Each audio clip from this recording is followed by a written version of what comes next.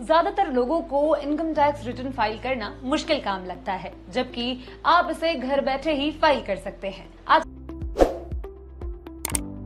दरअसल आईटीआर एक तरह का हिसाब है जो आप सरकार को देते हैं।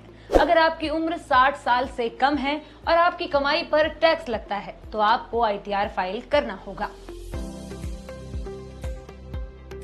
आईटीआर सिर्फ टैक्स चुकाने का प्रोसेस नहीं है, बल्कि ये आपकी फाइनेंशियल क्रेडिबिलिटी का प्रूफ है। आईटीआर फाइल करने से लोन, वीजा या क्रेडिट कार्ड मिलना आसान होता है।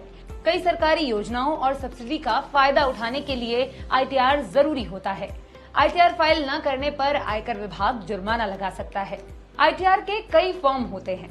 आईटीआर 1 नौकरी पेशा या 50 लाख रुपए तक की कमाई करने वालों के लिए। आईटीआर 2 शेयर, म्यूचुअल फंड या विदेशी संपत्ति से कमाई करने वालों के लिए। आईटीआर 3 फ्रीलांसिंग, बिजनेस या पार्टनरशिप से इनकम करने वालों के लिए। आईटीआर 4 छोटे बिजनेस या प्रिजम्पटिव टैक्स वालों के लिए।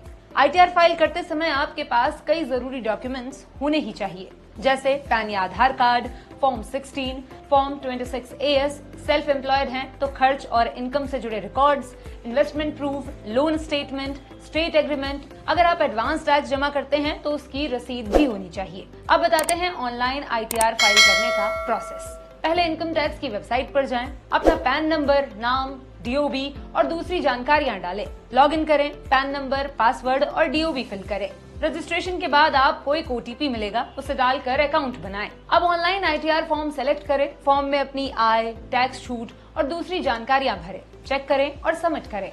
आईटीआर फाइल करने के बाद ई वेरिफिकेशन करना जरूरी है। ई वेरिफिकेशन के लिए Aadhaar, OTP, net banking, digital signature, portal पर ई वेरीफाई रिटर्न ऑप्शन चुनें। आईटीआर में गलती हो जाए तो रिवाइज्ड आईटीआर फाइल करें। समझ ना आए तो किसी फाइनेंशियल एडवाइजर या एक्सपर्ट की मदद लें। आईटीआर फाइल करने की आखिरी तारीख अमूमन 31 जुलाई होती है, इसलिए देरी से रिटर्न फाइल करने पर जुर्माना भी लग सकता है।